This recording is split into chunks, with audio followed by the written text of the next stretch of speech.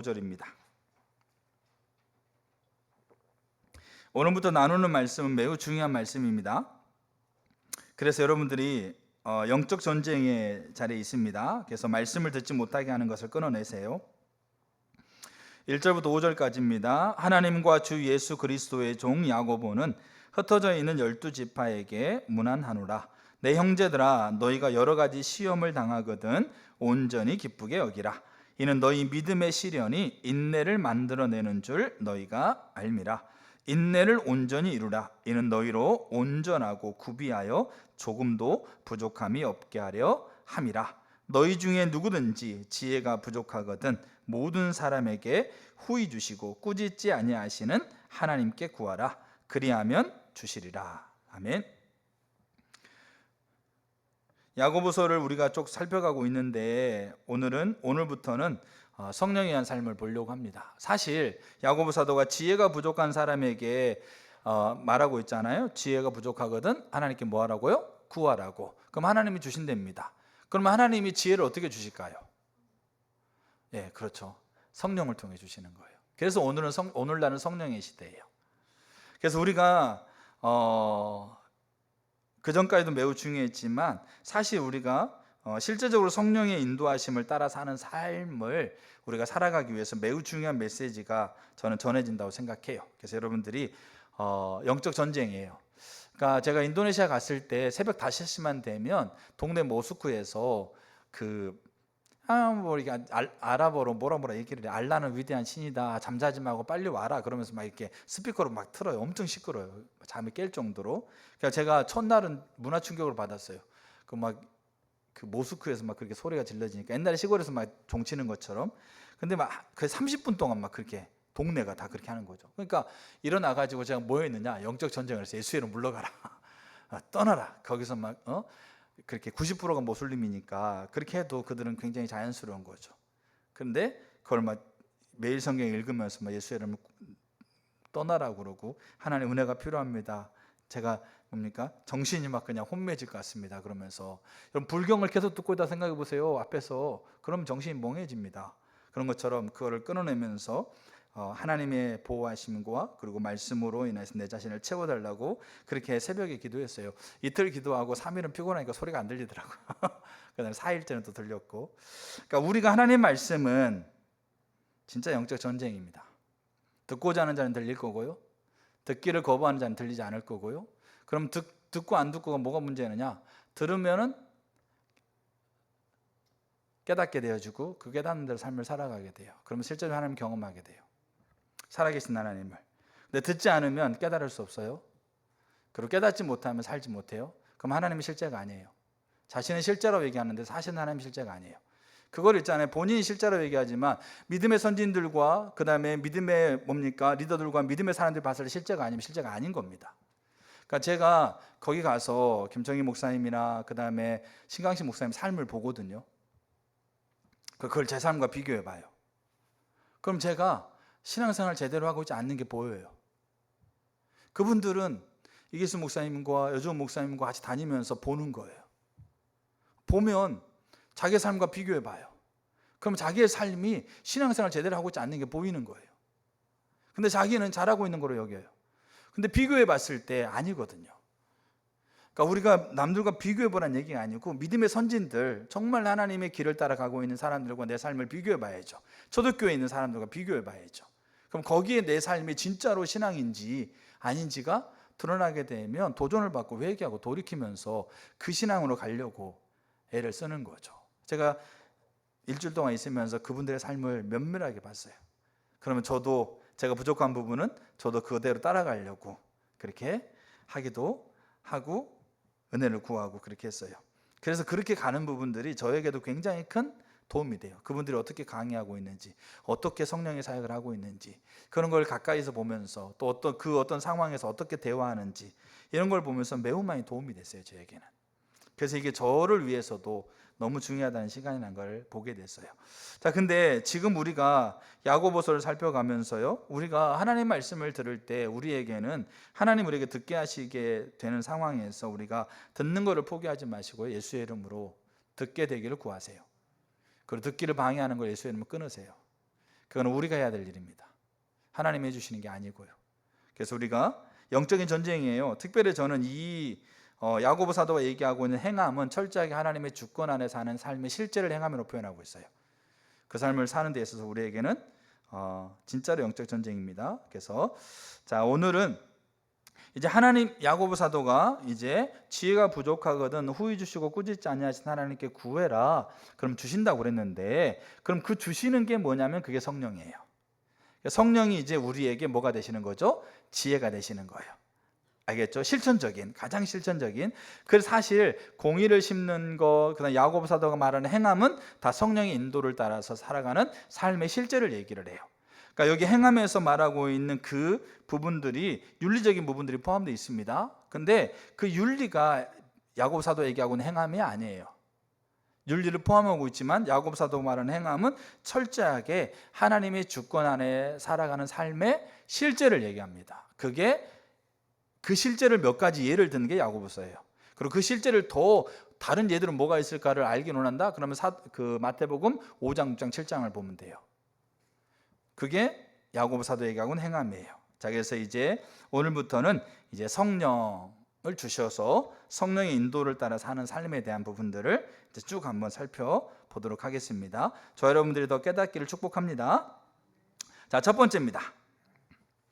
야고보서에서의 행함은 철저하게 성령의 능력으로 가능한 겁니다. 야고보 사도는 1장 5절에 뭐가 없다고 표현하고 있습니까? 지혜가 없다고 표현합니다. 그 말은 뭡니까? 야고보 사도가 강조하고 있는 행함은 몇 가지 윤리적인 삶을 의미하지 않습니다. 제가 주보에 써놨어요. 기독교인은 윤리적인 삶을 살아야 돼요. 그런데 윤리적인 삶이 야고보 사도가 얘기하고 있는 행함을 의미하지 않아요. 행함을 판단하지 말라, 차별하지 말라, 욕하지 말아라, 음란하지 말아라, 알겠죠? 이런 것들 야고보서 얘기하잖아요. 그게 다 뭡니까? 도덕적 윤리적인 거잖아요. 정직하고 신실하고 뭡니까? 남을 헛되지 말고 비난하지 말아라. 다 윤리적인 부분이잖아요. 근데 야고보 사도는 그게 행함이라고 얘기하고 있는 게 아니라는 겁니다. 그럼 야고보 사도는 행함을 뭐라고 말하는가? 하나님의 주권 아래 사는 삶의 실제를 행함이라고 표현합니다. 다시 말씀드립니다. 너무 중요합니다. 하나님의 주권 아래서 사는 삶의 실제를 행함이라고 표현합니다. 그리고 그러한 행함을 몇 가지 예로 제시하고 있는 겁니다. 그리고 그 예가 마태복음 5장, 6장, 7장에 더 자세하게 표현되어 있습니다. 자, 근데 야고보 사도는 이 행함, 하나님의 주권 아래 사는 삶의 실제를 행함이라고 얘기하고 있기 때문에 이것을 우리의 노력과 우리의 자원으로 살 수 없다라는 거예요. 그게 지혜가 없다는 말의 의미예요. 야고보 사도의 지혜는 사변적인 게 아니에요. 생각과 공상이 아니고 실제적으로 그 삶 안에서의 내가 결정하는 거, 언제, 어디서, 누구와, 왜, 어떻게, 무엇을, 이런 가장 실천적인 거라는 거죠. 근데 이게 우리 가운데 할 수 있는 자원이 우리 가운데 없다라는 거예요. 그렇기 때문에 야고보서 1장 5절에서 뭐라고 그러냐? 그 삶의 자리를 허락하시고 능히 그 일을 할 수 있도록 우리를 도우시는 하나님께 기도하라는 거예요. 구하라는 거예요. 그러면 하나님께서 반드시 뭐 하는 겁니까? 반드시 응답하신다라는 거죠. 하나님의 주권 아래 실제적인 삶을 살기로 결단하고 하나님께 구하면 하나님 반드시 응답하신다, 주시고 주시리라. 근데 그 응답이 뭐냐? 성령인 거예요. 그래서 하나님께서 오늘날 우리에게 성령을 주시는 거예요. 뭐 하도록? 행하도록. 하나님의 주권 아래 실제적인 삶을 살도록 우리에게 성령을 주시는 거예요. 그래서 이 야고보 사도의 행함은 철저하게 성령의 능력으로 가능해요. 그러면 이 야고보 사도가 이 주신다라고 하고 있는 게 성령이라, 지혜를 구하는데 지혜를 주시는데 그게 성령이라고 하고 있는 것을 우리는 어디서 볼 수 있는가? 그게 두 성경을 통해서 우리는 볼 수 있어요. 자, 먼저 요한복음 20장 한번 볼까요? 자, 1부 때는 바꿨는 이렇게 앞뒤에 했는데 요한복음 20장 19절입니다. 자, 요한복음 20장 19절. 자, 성경을 띄워놨으니까 저를 보실까요? 우리 청년 중에 미연자매가 있잖아요. 미연자매 영성일기 쓰면서 여러분 영성일기 좀 쓰시길 축복합니다. 네. 그래서 하나님과의 주권 아래 살았던 삶의 실제를 쓰시면 돼요. 자, 근데 영성일기를 쓰면서 이렇게 그 얘기를 써놨어요. 제가 지난주도 얘기 드렸는데 그 아버님이 갑자기 소천하셨잖아요. 정말 귀한 목사님이신데 갑자기 소천하셨는데, 그러면서 이제 이렇게 하나님의 선하신 섭리 가운데 있다는 거를 그 이제 가족이 다 또 미원자매도 고백하면서 그렇게 감사하고 그런 부분이 있었는데, 가끔 이 하나님이 왜 그렇게 했을까가 가끔 생각날 때가 있다. 그러면서 그 이유가 뭐냐? 자기가 예전에는 뭡니까? 그 뭔가 이렇게 막 삶에 문제가 생겼든지 어떤 뭐 이렇게 할지 저렇게 할지 그런 것들이 많이 고민될 때 있잖아요. 그때 그냥 누구한테 얘기하면 되는 거예요? 그렇지. 하나님 아버지 말고 알겠죠? 김동원 목사님, 그 목사님에게 조언을 구하면 돼요. 그럼 목사님이 기도하면서 이렇게 해라 이렇게 해라, 또 이거는 네가 뭐 어떻게 하라 이렇게 하는 거죠. 그러니까 그러니까 우리가 지혜가 부족했을 때 어떻게 해야 되고 언제 해야 되고 무엇을 해야 되고 그다음에 왜 해야 되는지를 궁금했을 때 그때 그거를 아버지한테 가서 물으면 아버지가 그것들을 가르쳐 준다고요. 마찬가지예요. 예수님의 제자들 있잖아요. 야고보도 예수님의 동생이었지만 제자였고 12제자들 있잖아요. 그들이 지혜가 부족해서 이 상황에서 어떻게 해야 될지 모를 때, 언제 해야 되고 어떻게 해야 되고 무엇을 해야 될지 모를 때 누구한테 물어보면 돼요? 예수님한테 물어보면 돼요. 그럼 예수님 비록 또 그것도 모르냐? 믿음이 그렇게 부족하냐? 언제까지 그렇게 있을 거냐? 그렇게 하지만 가르쳐 주는 거야. 이렇게 해야 돼. 이거는 이런 의미야. 또 이거는 이렇게 하지 않겠어라고 가르쳐 준단 말이에요. 그 말은 예수님이 그들의 뭔 거죠? 그들의 그늘인 거예요. 그러니까 스승의 그늘이 있을 때는 그게 큰지 모르거든요. 근데 그 그늘이 걷어지면 그 그늘이 얼마 컸다라는 것을 우리가 이렇게 알게 되잖아요. 저도 김경호 목사님의 그늘 아래 있었는데 그 그늘 밖으로 나와 보니까 그 그늘이 큰 거예요. 사실은. 알겠죠? 근데 지금 제자들이 예수님이라고 하고 있는 그늘 아래에 있다가 이제 그늘 밖으로 나오는 거예요. 근데 본인이 살아갈 뿐만 아니라 본인도 이제 다른 사람의 그늘이 돼야 돼. 근데 예수님이라는 분이 없으니까 어떻게 하는 거죠? 마음이 힘든 거야. 왜? 불뚝불뚝 가서 물어봐야 되는데 물어볼 대상이 없는 거야. 알겠죠? 그래서 예수님이 떠나겠다고 하니까 그들이 마음이 불안한 거예요. 그 그늘 아래 있었을 때는 가서 그렇게 물어보고 기도 부탁하고 또 설령 꾸지람을 들어도 이렇게 하라고 하면 그대로 가면 하나님께서 주시는 그 일들 경험하는데 예수님이 안 계시겠다라는 거죠. 그 상황에서 그들은 많이 불안했어요. 그때 그들은 이제 예수님의 그늘을 벗어나야 되는데 그 벗어나는 그들에게 예수님께서 이렇게 얘기하시는 거예요. 또 다른 그늘을 그들에게 가르쳐 주시는 거죠. 그 그늘이 누굴까요? 그늘이 성령인 거예요. 쉽게 말해 예수님과 동일하신 성령, 그 분이 이제 너희의 그늘이다, 이렇게 얘기하고 있는 거죠. 그 장면이 어디 있느냐? 요한복음 20장에 나온다는 거죠. 자, 20장 19절 보세요. 이날 곧 안식 후 첫날 저녁 때 제자들이 유대인들을 두려워하여 모인 곳에 문을 닫았더니, 이 말의 의미가 아까 제가 설명하고 있는 그런 의미와도 비슷한 연결되어 있는 부분이에요. 예수께서 오사 가운데 서서 이르시되 너희에게 평강이 있을지어다, 이 말씀을 하시고 손과 옆구리를 보이시니 제자들이 주를 보고 기뻐하더라. 부활하신 예수님 만났잖아요.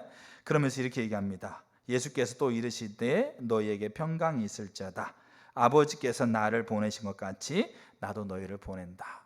그 말은 그들이 이제 실제적으로 눈에 보이는 예수님의 그늘 밖으로 예수님이 보내시는 거예요. 근데 보내실 때 이제 너희가 가서 너희가 스스로 이제 살 게 아니고 이제 너희도 또한 그늘 될 때인데 너희 힘으로 너희 자원으로 사는 게 아니라는 거죠. 일단 그늘 밖으로 보낸다는 것은 아까 얘기했던 건 눈에 보이는 예수님 있잖아요. 그 예수님의 그것에서 이제 벗어나는 거죠. 그렇게 이해하시면 돼요. 자, 그래 놓고 보내시잖아요. 그래 놓고 22장 이렇게 얘기를 해요. 같이 한번 읽어볼까요? 22절 시작. 이 말씀을 하시고 그들을 향하사 숨을 내쉬며 이르되 성령을 받으라. 그러면 이제는 그들이 누구의 그늘 아래 들어가게 돼요? 아까 얘기했던 것처럼 성령의 그늘 아래 들어가요. 너무 신기하지 않으세요? 근데 이 성령이 또 다른 보혜사라고 그래가지고 예수님과 동일한 분이세요. 삼위일체로서. 그 요한복음 14장, 15장, 16장에 나와요.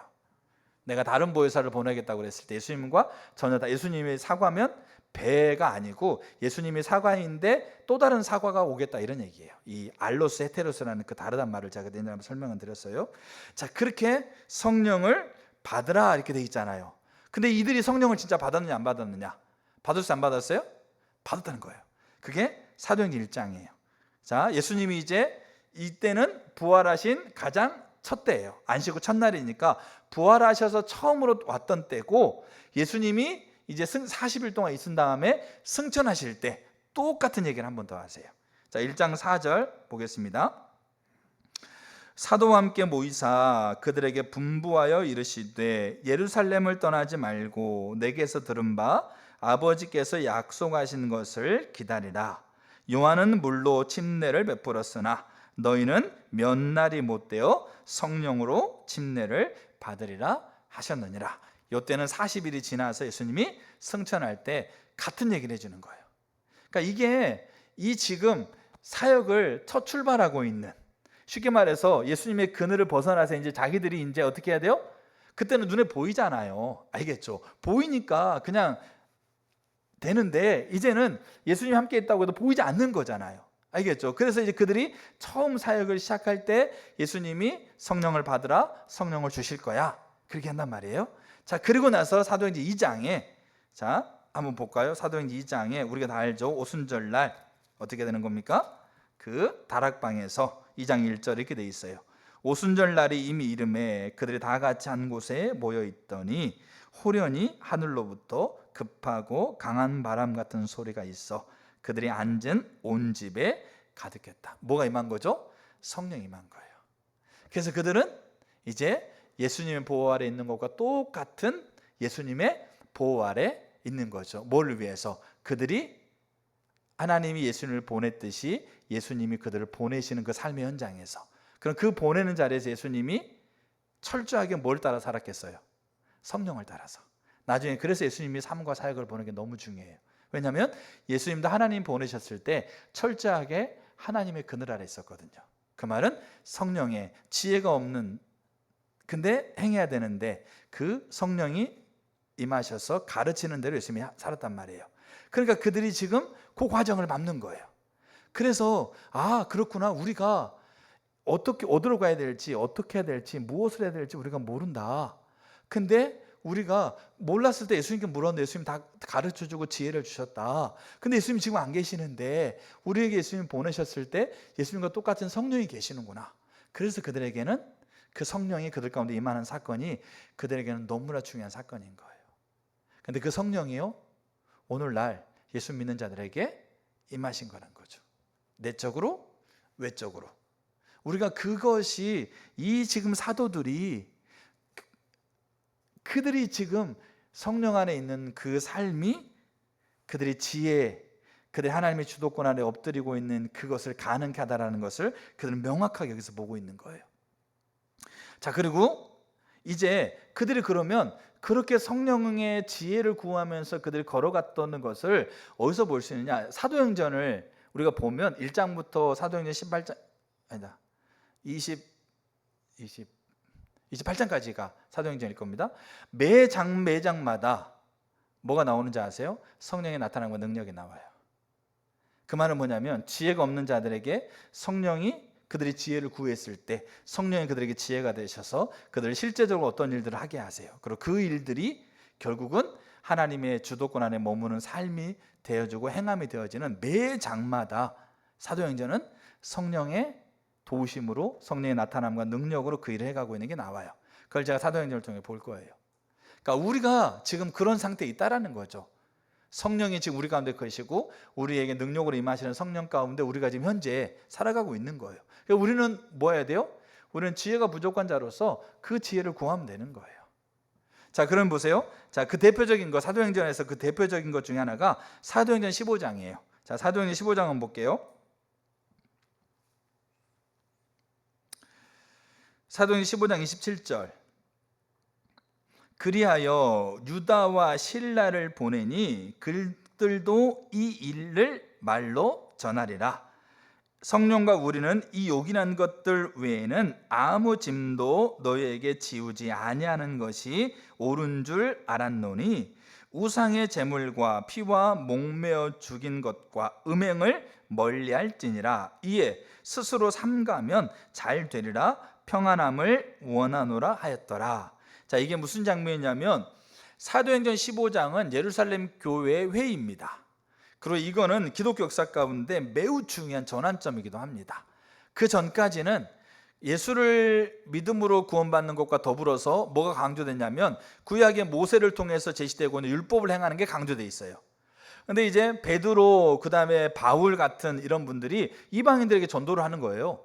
근데 이방인들에게 전도를 하는데 그들이 구약에서 모세에게 얘기하고 있는 율법을 지켜서 그 구원을 받는 것을 얘기하지 않아도 예수를 믿음으로 구원받는 것과 하나님의 성령을 능력을 덧입는다는 것을 얘기만 해도 그들이 그걸 받아들이면 믿으면 우리에게 임했던 유대인들에게 임했던 성령이 임한 거예요. 그러니까 구약의 율법을 굳이 지키라고 하는 것을 강조하지 않는 거예요.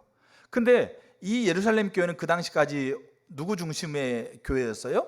유대인 중심의 교회였거든요. 근데 이들은 여전히 구약의 율법을, 모세 율법을 지키는 것을 매우 중요시 여기고 그것으로 어떻게 하는 겁니까? 정말로 하나님과의 관계 안에서 하나님의 복을 누리는 매우 중요한 수단으로 여기고 있는데 바울, 그 당시에 이 예루살렘 교회 그 대표적인 리더들이 이방인 전도하면서 마치 모세 율법을 지키지 말아라 그렇게 얘기하는 것처럼 보이는 거예요. 그러니까 이들이 막 불만이 생기고 교회가 분란이 생긴 거예요.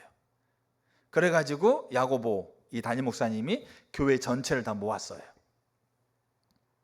그래가지고 이거를 하나님께서 말씀하신 그 뜻이 뭔가를 우리가 명확하게 결정하자.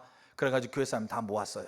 유대인들 알겠죠? 베드로와 바울 다 모아가지고 서로 사도행전 15장을 보면 서로 막 그냥 다투고 어떻게 하는 거니까 막 알겠죠? 잘했네 못했네 막 그러면서 고성이 오가는 거죠. 알겠죠? 자, 그러면서 이제 바울과 베드로가 이방인을 전도했을 때 하나님이 유대인들에게 임한 성령을 그들에게 임하시고 하나님의 자녀가 되어진 것을 이제 나누게 되어지고 여차여차 15장 읽어보세요. 그러면서 야고보 사도가 결론을 내리는 거예요. 다윗의 장막을 하나님이 세우되 모세 율법을 지켜서 구원받는 게 아니고 우리가 예수의 이름을 믿음으로 우리가 의롭게 되는 거다. 그게 우리가 말씀하고 있는 하나님 말씀하고 있는 복음이다. 그러면서 이 복음의 방향을 결정한 거예요. 사도행전 15장에. 그래서 우리가 이방인들에게 모세 율법을 지키려는 짐을 지우지 말고 믿음으로 의롭게 되어지고 믿음으로 자유케 되어지고 믿음으로 구원받는다는 것을 우리가 전하자. 왜? 그게 이제 교회 전체의 방향인 거예요. 알겠죠? 그렇게 얘기하면서 이제 15장 27절에 유다와 실라를 이제 보낸 거죠. 알겠죠? 이방인 교회에 보낸 거죠.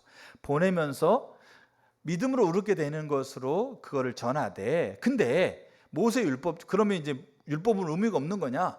그렇지 않다라는 거죠. 그래서 뭐하고 얘기하는 겁니까? 우상의 제물과 피 같이 먹지 말고 음란하지 말고 이런 가장 핵심적인 이런 것들은 그 하나님의 계명을 지키도록 권고하자. 그게 보내는 거예요. 그러면 지금 예루살렘 15장에서 뭐가 결정된 거죠? 지금 하나님께서 그 복음을 그 15장 교회에서 결정하고 이걸 이방인에게 이제 전파하는 거죠. 자, 그러면서 이 사도 야고보가 뭐라고 그러냐면, 자, 아까 읽은 27절 다시 한번 띄워보세요. 유다와 실라를 보내니 그들도 이 일을 말로 전하리라. 그렇게 얘기합니다. 그러면서 28절에 이렇게 얘기를 해요. 이게 야고보 사도가 지혜, 지금 이 실제적인 거잖아요. 복음의 방향을 지금 결정하는 실제적인 하나님의 지혜가 필요한 자리잖아요. 근데 이 지혜가 그들이 어떻게 구했고 어떻게 그 지혜가 왔고 어떻게 그 지혜를 결정했는지를 야고보 사도가 28절에 이 한 단어에서 얘기한다고요. 소도에 뭐라고 되어 있습니까? 성령과 우리는. 이게 그 예루살렘 교회 회의를 성령이 지금 여러분 진짜 실천적인 거예요. 매우 중요한 거예요. 지금 그 복음의 그 길을 결정하는 이 지혜는 정말로 실천적이고 매우 중요한 거예요. 앞으로 복음을 전하는 이 방향 자체가 바뀌는 거거든요. 그거를 초대교회가 전체로 결정한 거 아닙니까? 가장 실천적이고 가장 뭡니까? 실제적인 건데, 이 지혜를 그들이 어떻게 구했고 어떻게 결정했는지를 이때 얘기하고 있다고요. 뭐를 따라서? 성령을 따라서, 성령께서 인도하심을 따라서, 성령께서 말씀하시는 대로 우리가 이 일을 결정했다. 그래서 이렇게 얘기하죠. 성령과 우리는, 이런 표현을 쓰는 거예요. 사도행전에 1장부터 마지막 장까지 다 이런 기록이에요. 특별히 안디옥 교회에 바울과 바나바를 따로 세우잖아요. 담임 목사, 부목사를 이방인 선교사로 보내거든요. 그들이 회의를 해서 결정해요. 바울과 바나바를 이방 선교로 보내는 안건을 제시하고 모여가지고 회의해서 결정합니다. 그래가지고 안수해가지고 바울과 바나바를 이방 선교로 파송하거든요. 근데 사도행전을 보게 되면 성령이 보냈다고 돼 있어요. 그만큼 보세요.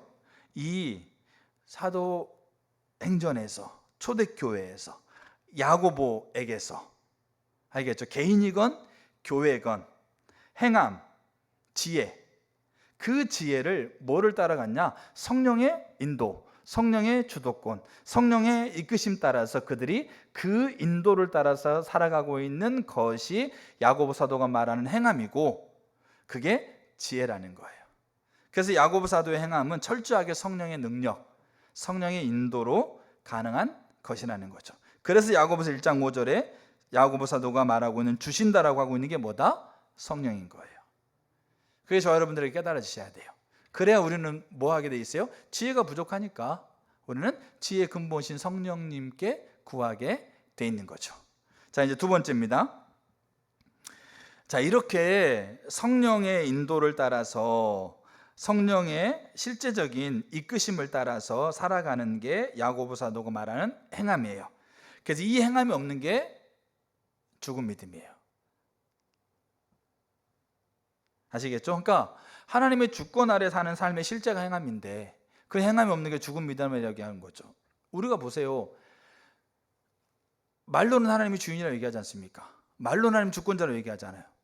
근데 그 주권자 아래에서 살아가는 삶의 실제가 없는 게 행함이 없는 거잖아요. 그러니까 우리는 말로는 그렇게 해도 실제적으로는 그 하나님 믿고 있지 않는 거죠. 그러니까 야고보가 볼 때는 죽은 거예요. 그래서 행함이 없으면 죽는다는 것이 그 말인 거예요. 왜? 행함 자체가 하나님을 주인으로 삼고 그 주도권 아래 철저하게 순복하는 게 행함이니까. 그래서 그 행함이 없다? 그럼 결국 하나님을 믿지 않는 겁니다. 야고보 사도가. 그래서 행함이 없는 믿음이 죽은 믿음이라는 거죠. 자, 그렇게 성령이 우리 가운데서 주시는 거예요. 지혜가 없는 자들에게 성령을 주셔서 성령께서 인도하시는 대로 우리가 이제 실제적으로 우리 삶을 세워가는 게 지혜인데, 근데 이 성령이 우리 가운데 오시고 성령을 주시는 것을 가로막는, 그러니까 그거를 바라보지 못하게 하고 구하지 못하게 하는 요인이 있어요. 그것을 우리가 알아야 되고 그걸 깨트려야 돼요. 그렇지 않으면 성령을 우리 가운데 구하지 않아요. 성령의 인도하심 우리 가운데 구하지 않아요. 왜? 그게 우리를 가로막고 있거든요. 이게 깨뜨려지지 않으면 우리는 성령 구하지 않아요. 인도네시아에서도 선교사님이 그러더라고요. 그들이 성령을 구하지 않는다고요. 성령과 실제적인 그 친밀한 관계 안에서 성령의 인도하심을 구하지 않는다고요. 그래서 그런 얘기를 많이 나눠달라고 그런 거죠. 실제적으로 성령을 구하면서 성령을 따라갔을 때 성령의 능력으로 그 일을 이루어가고 있는 그런 일들 좀 많이 나눠달라. 십자가 복음을 얘기하면서 하나님 얼굴을 구하는 삶을 얘기하면서 진짜 하나님만을 전전적으로 삼고 그 하나님의 인도를 따라 삶을 걸어갔을 때 하나님께서 움직이시는 그 움직이심을 나눠달라. 그러니까 제가 아까 말하는 그거예요. 저와 교회가 더 성숙하면, 성장하고 세워지면 정말로 많은 분들을 섬기겠다는 거죠. 왜? 그런 얘기도 나올 거니까, 그런 이야기들 할 거니까. 하나님 따라갔더니 하나님께서 능력으로 뒷받침하셔서 맺혀진 행함의 열매들을 나눌 거니까. 그럼 그게요, 강력하다는 거죠. 매력적이고 아름다워 보이고 갖고 싶어 보이고 하고 싶어 보이고, 나도 그거 어떻게 하면 할 수 있을지 그렇게 되는 거예요. 그래서 그게 신앙이지 않습니까? 그런 얘기를 나눠달라고. 제 삶에서 교회 안에서 부족하지만 하나님의 인도를 따라 생각하고 있는 것들을 나누고, 저보다 훨씬 더 귀행하고 있는 두 분의 목사님을 통해 나누고, 그러니까 그분들이 막 눈이 초롱초롱한 거예요. 그러니까 와, 나도 배우고 나도 지체들 가르쳐야 되겠다. 그래가지고 막 번역본들 사가라도 안 사가는데 10권씩 막 사가고 그렇게 했다고. 그게 작은 일이 아니 됩니다, 그들에게는. 자, 성령을 주시는 것, 성령의 인도하심을 따라 행하는 것을 구하지 못하도록 하는 요인이 있어요. 우리가 이것을 저 여러분 삶에서 한번 비춰보세요. 그리고 있으면 철저하게 끊으셔야 돼요. 그리고 정말 은혜 구하셔야 돼요. 자, 몇 가지 좀 보겠습니다. 첫째가 사단의 견고한 진이에요. 첫째가 사단의 견고한 진이다. 고린도서 10장 4절을 봅니다. 고린도 10장 4절. 우리의 싸우는 무기는 육신에 속한 것이 아니요 오직 어떠한 견고한 진도 무너뜨리는 하나님의 능력이라. 모든 이론을 무너뜨리며 하나님 아는 것을 대적하여 높아지는 것을 다 무너뜨리고 모든 생각을 사로잡아 그리스도에게 복종하게 하니.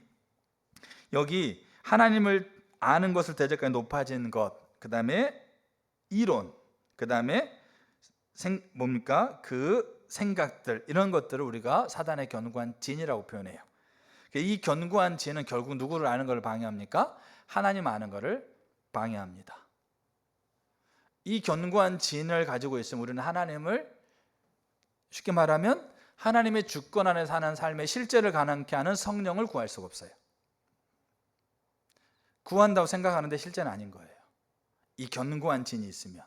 그리고 우리는 이 견고한 진들이요, 저 여러분들에게 있어요. 그거를 살피셔야 돼요. 그래서 어떻게 해요? 에베소서 6장 10절처럼 마귀의 간계를, 11절은 뭐라고 그럽니까? 마귀의 간계를 능히 대적하기 위해서 전신갑주를 취하는 거예요. 왜 우리가 마귀의 관계를 대적하기 전신갑주를 취하나? 그걸 마귀의 관계 때문에 우리 삶에 어려움 당할까가 아니에요. 결국 우리는 행함의 자리로 못 가요. 여러분 진짜로 우리 삶이, 그러니까 영성일기를 써보시는 분들은 알 거예요. 그 찬한등대교 목사님들 그런 얘기 하시더라고요. 정말 자기가 신앙생활 잘하고 있는데, 잘하고 있다고 생각했고 겉으로 보기 잘하는 거예요. 근데 영성일기를 써가면서 하나님의 관점에 자기 자신을 비춰보니까 지체들이 이런 얘기를 많이 한답니다. 내가 진짜로 하나님의 인도하심에 하나님 믿는 것처럼 생각했었는데 그게 아니었다는 걸 보인다. 정말 하나님 앞에 은혜를 구한다. 이런 고백을 많이 한답니다. 그래 고백되어지니까 더 어떻게 하는 겁니까? 내가 하나님을 더 구하는 자리로 갈 수밖에 없는 거예요. 그러니까 그 지체들 삶의 자리에서 진짜로 그분이 표현이 그러더라고요. 진짜 인간, 정말 인간 같지 않은 분들의 가정들이 많이 온다고요. 남편분들이. 근데 그 가정이 회복되어지는. 그러니까 우리 지체들이 있는 남편 아내는 그냥 어디 초등학생 수준 같아요. 거기서 몇 가지 예를 들어보니까 와 정말. 근데 그런 과정들 회복되어진다는 거죠. 그래서 그런 분들이 우리나라 교회는 찬양등대교회밖에 없다고 이런 얘기를 하고 계시고, 안 믿는 사람이 교회 아직도 안 나오시는데 그런 걸 들으면서 많이 도전이 되더라고요. 자, 우리가 사단의 견고한 진을 우리가 살펴가는 이유는 우리가 그런 것들이 우리 가운데 있는 것이 비춰지면 끊으셔야 돼요. 대적하셔야 돼요. 하나님 앞에. 왜? 우리가 행함으로 못 갑니다. 그러니까 윤리가 행함의 모습인 것처럼 보이는데 윤리적인 모습이 있어도요, 행함이 안 되는 건 뭐냐면 결국 주도권을 포기하는 자리에 가게 되면 할 수가 없어요. 어느 정도 내가 주도권을 가지고 살 수 있거든요. 근데 실제로 그 주도권이 포기되는 하나님의 주권 안의 삶의 실제가 되는 자리에 딱 부딪히게 되면 이게 주도권 싸움이거든요. 이때 이 행함이 안 되는 거는 이 주도권을 포기 못 해요. 그럼 꼭 그렇게 해야 되느냐? 그렇게 하는 거면 정답이냐? 이렇게 해도 나는 잘하고 있는데, 나보다 못하는 사람 이런저런 있는데 수없이 많은 변명을 대죠. 근데 결국 포인트는 하나예요. 주권을 내려놓지 않는 거예요. 주도권을. 그럼 어떻게 돼요? 그러면 뒤로 물러서게 돼 있고요. 그러면 그 자리에서 멈추게 돼 있고요. 그 더 이상 하나님 인도하심에 앞에 가지 못해요. 그럼 하나님 우리를 이끌어 가시는 그 이끌어 가심 가운데 우리가 가지 못해요. 그럼 그게 불순종이에요. 심각한 거예요, 사실은. 우리가 다 그렇게 하고 있는 거예요. 실제적으로. 저 여러분들이. 자, 그래서 사단이 우리 가운데 첫 번째가 성령을 왜 구하지 못하는가? 그 지혜가 없는 자들에게 지혜를 주시는 성령이신데 그 성령을 왜 우리로 하여금 구하지 못하게 하는가? 그 요인 첫 번째가 사단의 견고한 진인데, 이 사단의 견고한 진에는 몇 가지 종류가 있어요. 자, 간략하게 제가 설명만 하고 넘어갈게요. 첫 번째가 세대주의적인 가치관이에요. 세대주의적인 가치관. 이건 신학적인 가치관입니다. 이거는 뭐냐면 성경을 몇 개 세대로 분리를 해요. 특별히 성령과 관련 성령의 강한 능력으로 임했을 때 세대를 묶어요. 시기를. 알겠죠? 그러면서 대표적으로 모세와 여호수아 시대 때 하나님의 능력이 강했어요, 적었어요? 강했죠. 바다가 갈라지잖아요. 바다가 저 앞에서 막혀져 버리잖아요. 이슬이 떨어졌는데 그게 매일 먹을 만나야, 메추라기가 반석에서 물이 나오고 여리고 무너지고 뭐 난리 아니잖아요. 강한 능력. 모세와 여호수아 때, 그러니까 세대를 나누는 거예요, 시기를. 그때 특별히 하나님의 능력이 강했을 때, 성령의 능력이 강했을 때. 두 번째가 엘리야와 엘리사 시대 때. 엘리야와 엘리사 시대 때 하나님의 강한 능력이 있어서 없어요? 있었죠. 하늘에 불 내리죠. 비가 오죠, 비가 안 오죠.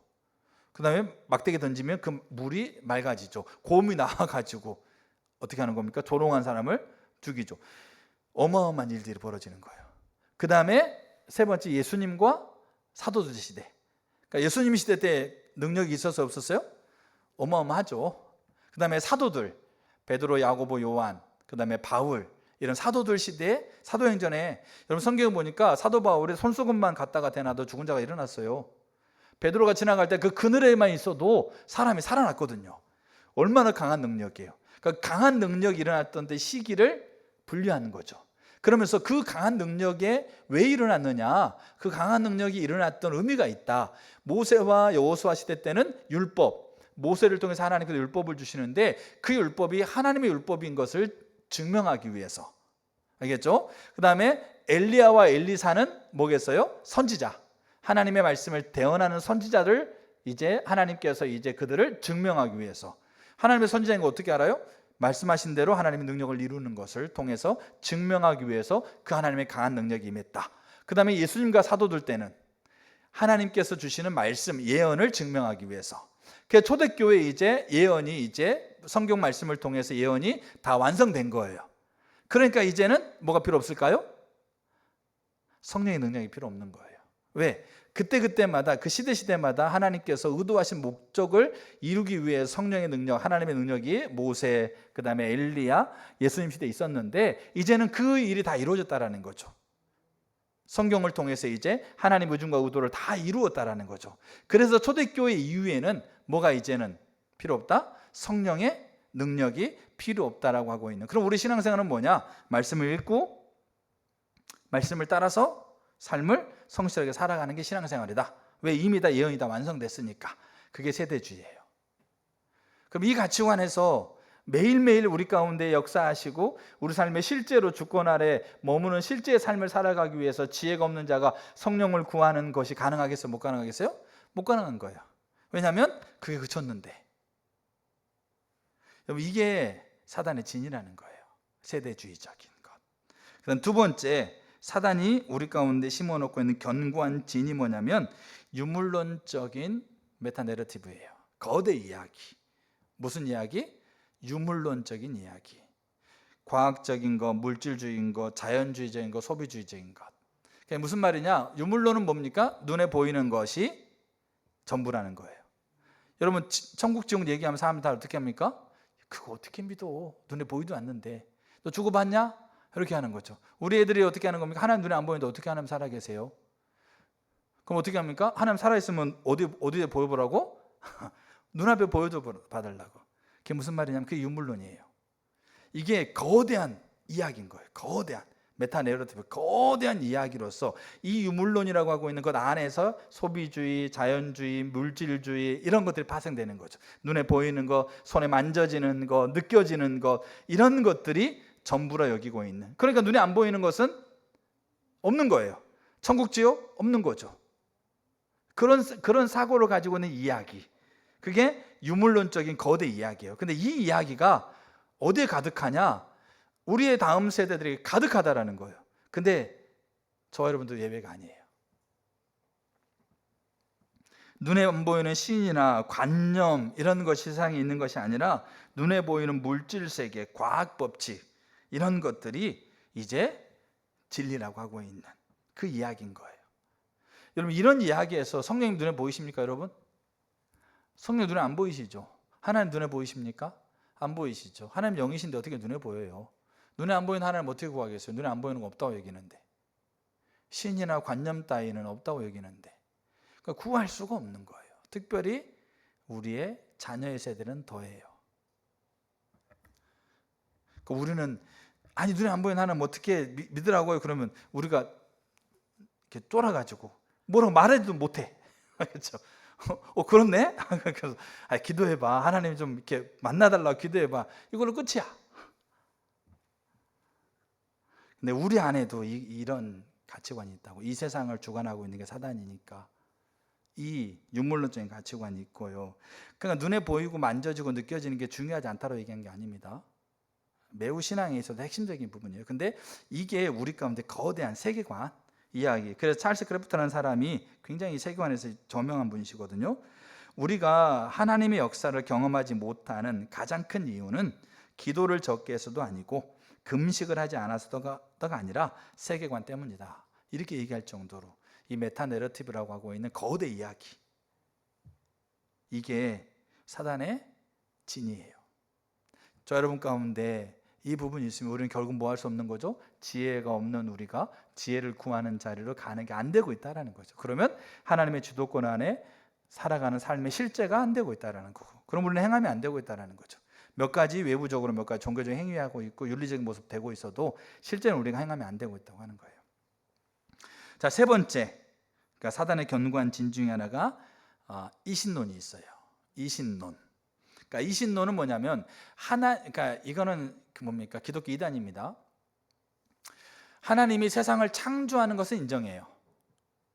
근데 하나님이 세상을 창조하고 세상이 완벽하게 유지될 수 있는 자연 법칙, 그러니까 법칙을 만든 거죠. 그러니까 하나님을 마치 시계 제조업자로 만드는 거예요.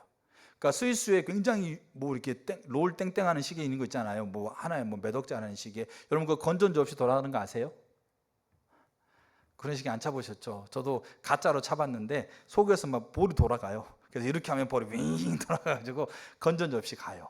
그 좋은 시계들은 그런 게 있더라고요. 근데 그렇게 시계업자가 만들어 놓고 어떤 사람에게 팔았어. 그럼 매일 가가지고 어떠냐, 뭐 어떻게 되느냐, 뭐 이렇게 해야 된다, 이렇게 얘기합니까? 아니죠. 시계 제조업자가 시계를 만든 건 맞아요. 근데 사람에게 팔았으면 완전하게 그 시계가 돌아가게끔 만들어 놓고 팔았으면 그 다음부터는 이제 상관없는 거예요. 마치 고장 날 때나 가서 그냥 이렇게 하는 것이지 상관없는 거죠. 마치 하나님은 그렇게 생각해. 그 말은 뭐겠어요? 하나님의 세상을 창조한 게 맞아요. 그러니까 세상이 완벽하게 유지될 수 있고 진행될 수 있는 자연 법칙, 알겠죠? 만유 인력이라든지 질량 보존이라든지, 알겠죠? 우리가 말하는 과학에 배웠던 법칙들, 이 세상이 움직일 수 있는 자연 법칙을 완벽하게 마련해 놓고 하는 손 떼신 거예요. 더 이상 하나님은 터치하지 않는 거죠. 그게 이신론이에요. 그러면 그 관점을 가지고 있으면 우리 현재의 상황에서 실제적인 우리 삶에 매분 매초마다 지혜가 없는 우리가 그 하나님의 주권 안에 사는 실제의 삶을 위해서 하나님이 개입하셔서 우리를 인도하시고 지도하시고 그 성령의 능력으로 우리에게 그 일을 가능케 하는 그 하나님, 우리의 삶에 직접적으로 개입하시는 성령님, 그 성령을 구할 수 있겠어요? 하나님 만들어 놓고 손 떼버린 분인데 그게 안 되는 거예요. 그게 뭐다? 그게 이신론이에요. 이게 사단의 진이에요. 그리고 똑같은 이신데 다른 게 있어요. 사단의 진 중에 하나가. 그게 뭐냐면 하나는 이신론이에요. 같은 이신데 또 하나가 뭐냐면 이원론이 있어요. 이원론. 그러니까 이신론, 이원론. 알겠죠? 같은 이시. 자, 이원론은 뭐냐? 이거를 두 개로 분리하는 거예요. 그래서 성스러운 것과 속된 것, 사적인 것과 공적인 것. 알겠죠? 그래서 개인의 취향과 모든 사람들이 인정해야 될 것. 술, 담배 뭡니까? 개인의 기호예요. 네가 술, 담배 하든 말든 그건 네 취향이다. 근데 왜 네 취향을 나한테 강조하냐? 네가 꽁차는 거 좋아하든 말든 그건 네 취향인데 왜 꽁차는 걸 나한테 강요하냐? 네가 가지고 있는 취향이 모든 사람을 강요할 수가 없다. 이게 이원론이에요. 근데 종교를 어디다 넣어놨을까요? 종교를 취향에다 넣어놓은 거예요. 알겠죠? 모든 종교가 취향이에요. 그래서 네가 기독교를 하든 불교를 하든 유교를 하든 네가 선택한 네 취향이니까 괜찮다. 근데 왜 그거를 우리한테 강요하느냐? 알겠죠? 사적인 거를 가지고 왜 공적인 자리에 들어와 있느냐? 왜 네 사적인 종교를 왜 교육이라는 공적인 자리에, 정치라는 공적인 자리에, 그 뭡니까? 경제라는 공적인 자리에 가지고 들어와 있느냐? 그렇게 얘기한다고요. 그게 이 원론이에요. 그래서 그 사적인 자리에서는 뭐가 필요할까요? 개인의 취향인 자리에서는 성령의 인도가 필요한 거예요. 그러니까 우리는 교회라서 영적인 그 자리, 예배라든지 기도라든지 이런 말씀 묵상하는 거, 이런 영적인 자리에서 우리는 뭘 구해요? 성령을 구하는 거죠. 예배 때 성령이 필요합니다. 성령 오시옵소서. 성령 인도해 주세요. 우리가 기도할 때 성령님 도와주, 성령 이끌어 주세요. 우리가 말씀 읽을 때 성령님 우리에게 깨닫게 해주세요. 성령을 구해. 어디에서? 사적인 자리에서, 교회에서, 교회와 관련 일을 할 때. 근데 거기에는 그게 필요하다고 여겨. 근데 우리가 이제 직장을 가고, 우리가 뭡니까? 사업을 하고, 우리가 뭡니까? 교육의 자리에서, 어떤 자리에서, 공적인, 우리가 흔히 말하는 공적인 자리에서, 그때는 성령의 인도를 구하지 않아요. 왜? 이게 분리되어 있으니까. 너무나 많은 사람들이 이 원론에 빠져 있어요. 그래서 종교를 사적인 자리에 넣는 거죠. 근데 하나님은, 우리가 선교적 교회를 배우면 알잖아요. 하나님은 포괄적인 구원이라는 거죠. 근데 이게 사단의 견고한 진이에요. 너무나 많은 사람들이 이 이야기를 가지고 얘기를 해요. 심지어 교회를 다니는 사람들도. 왜 당신의 개인적인 취향, 당신이 믿는 하나님을 왜 공적인 자리에 가지고 들어오냐고. 근데 우리가 하나님이 이 땅을 구원했을 때, 그리고 하나님이 다시 오셔서 이 땅을, 새하늘과 새 땅을 만드실 때, 그때 교회만 새롭게 만드는 거 아니시잖아요. 온 피조 세계를 하나님이 새하늘과 새 땅으로 만드실 거거든요. 그러니까 우리는 다른 사람들이 인정하든 인정하지 않든 사단이 견고한 진인 거죠. 근데 우리는 그렇게 따라가면 안 된다는 얘기죠. 근데 그렇게 따라가면 결국 우리는 교회에서는 성령을 구하게 돼 있어요.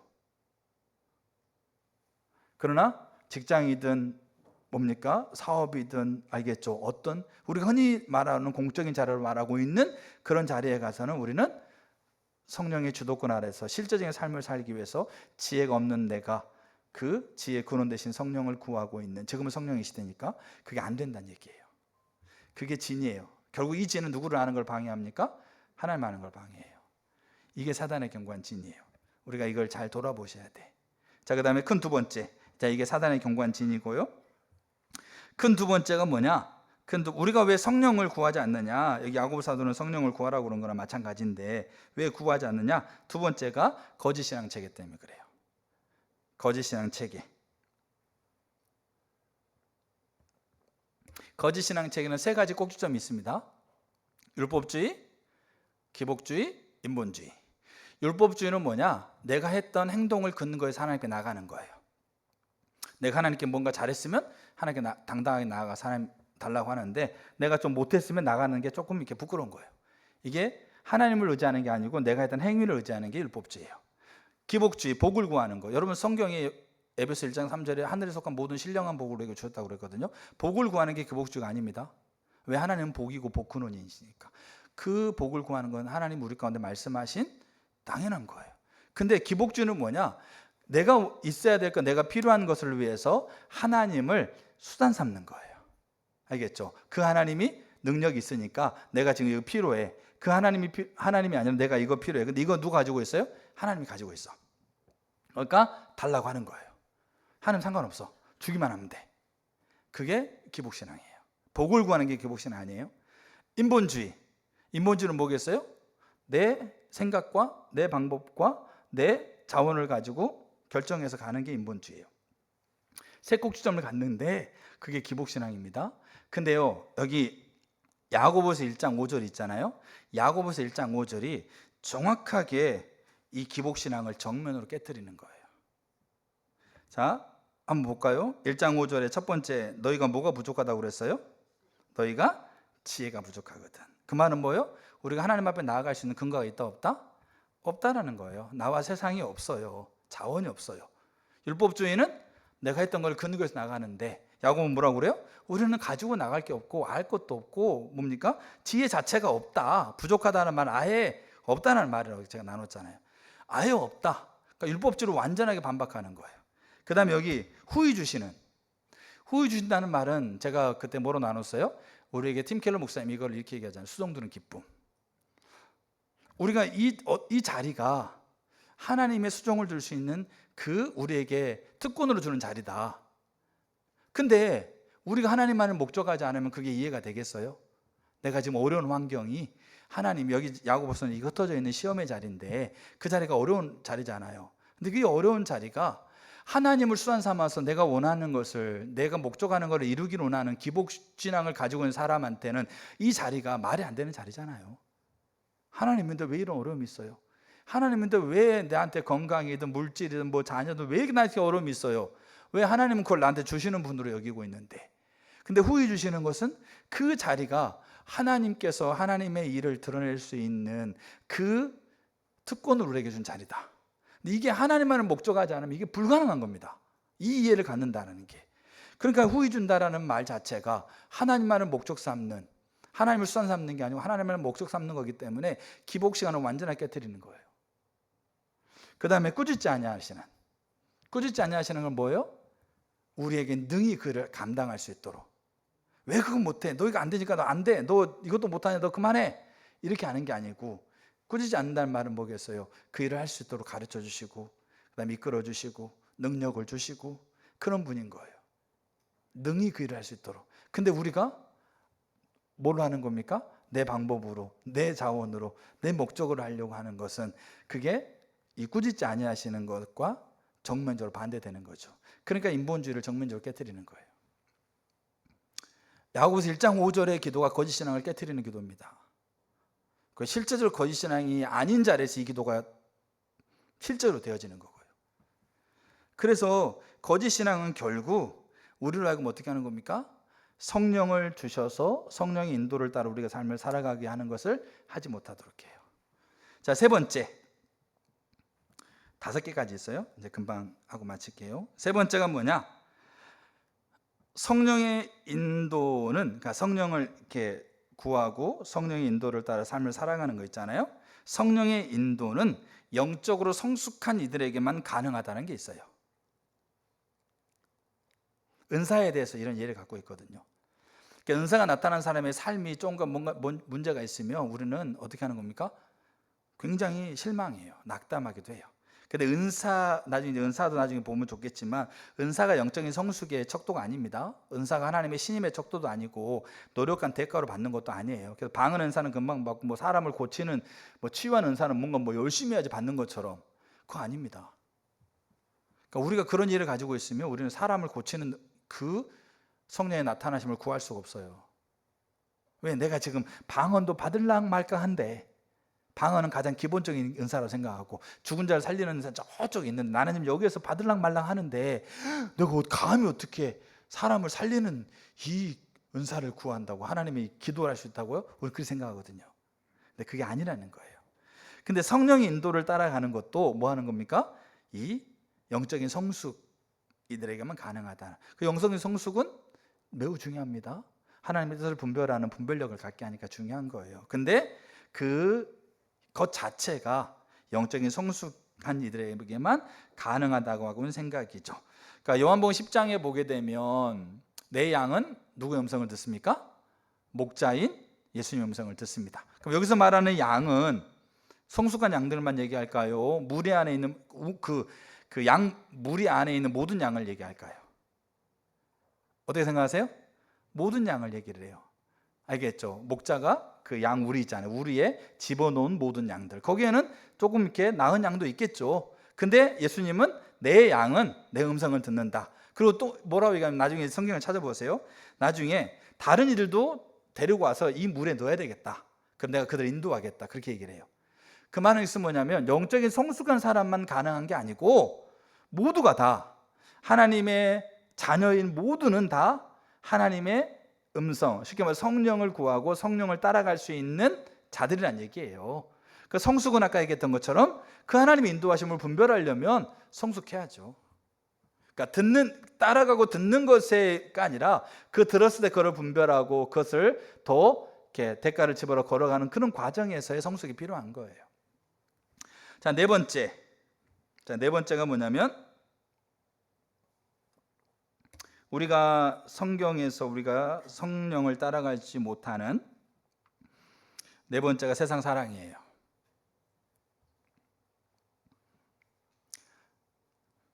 디모데후서 4장 10절에 이렇게 돼 있어요.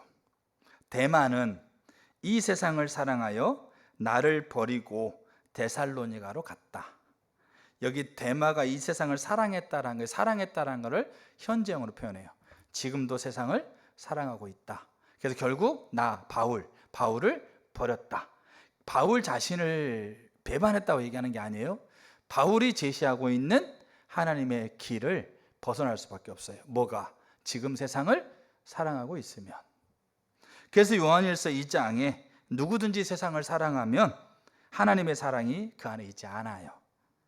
육신의 정욕, 안목의 정욕, 이생의 자랑, 이것을 추구하게 되면 하나님을 벗어나게 돼 있어요. 그 말은 뭐겠어요? 성령의 지혜가 없어서 하나님의 주도권 안에 실제적으로 사는 게 행함인데 그것을 위해서 성령을 구할 수가 없어요.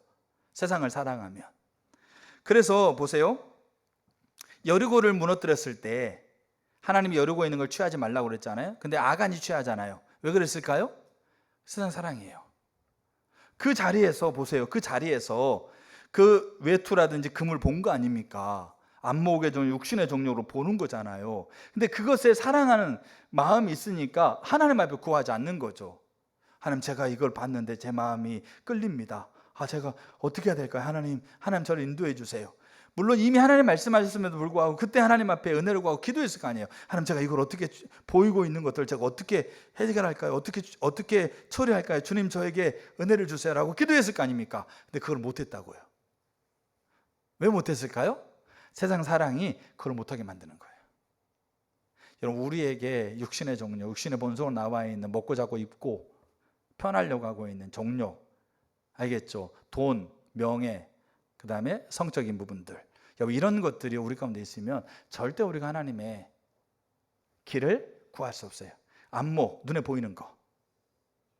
그 다음에 이생의 자랑. 이생은 뭡니까? 이 땅에서 돈, 명예, 학벌 이런 거 있잖아요. 이런 것들로 자부심을 느끼는 것.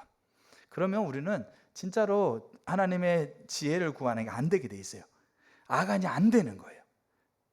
아간이 안 돼요. 여러분, 발람이, 제가 성경 찾지 않겠는데, 발람이 발락이라는 왕에 의해서 이스라엘을 저주라고 부르잖아요. 처음에 발람 안 간다고 그랬어요. 근데 왜 갔을까요? 그렇죠. 돈 때문에 갔어요. 처음에 준 돈이 부족한가 싶어가지고 더 갖다 주는 거죠. 어떤 사람을 효회하지 못한 것, 영화 드라마에서 어떤 사람을 꼬시지 못한 것은 돈이 적어서다. 돈을 더 주면 돼. 부족하다 여기면 배로 더 갖다 주면 돼. 발락이 그랬어요. 처음에 돈 받고 나서 안 한다. 그랬더니 더 고관들을 보내.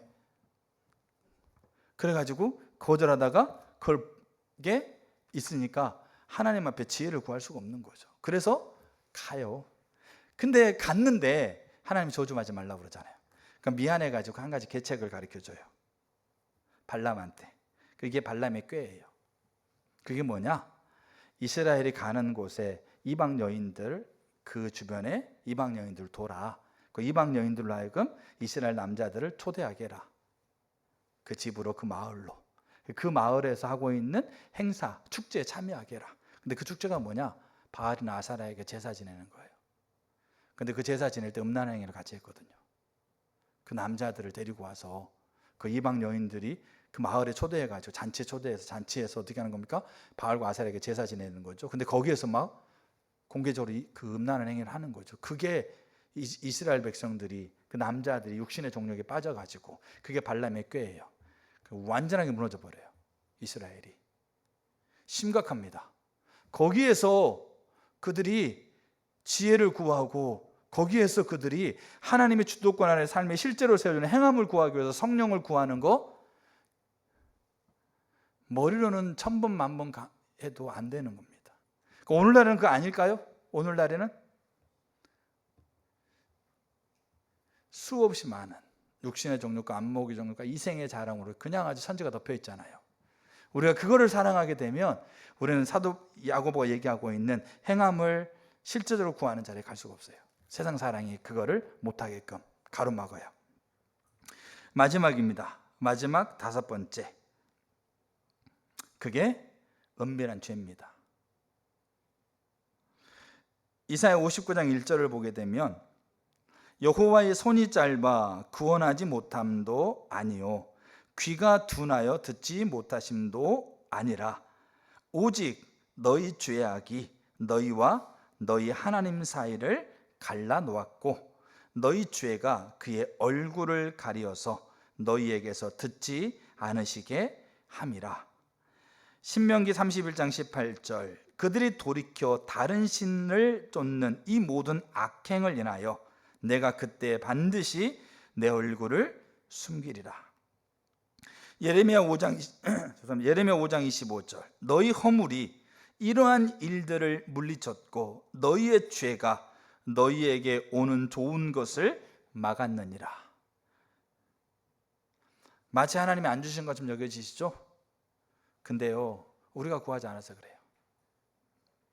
우리의 죄 때문에. 여러분, 죄는 세 가지가 있어요. 하나, 윤리적인 죄. 윤리적인 죄는 세상에서 죄라고 여깁니다. 또 하나가 관계적인 죄. 후욕하고 비난하고 조롱하고 시기하고 질투하고 섭섭함 느끼는 거. 이게 관계적인 죄예요. 우리가 이 죄가 있으면 우리는 뭐 한다? 야고보가 얘기하고 있는, 야고보사도 얘기하고 있는 실제적으로 하나님의 주도권 아래 우리 삶의 실제가 된 행함을 위해 성령을 구할 수가 없는 거예요. 관계적인 죄, 후욕하고 비난하고 조롱하고 시기하고 질투하고 섭섭함 느끼고 분노하고, 그 다음에 세 번째 영적인 죄, 하나님 말씀에 불순종한 죄,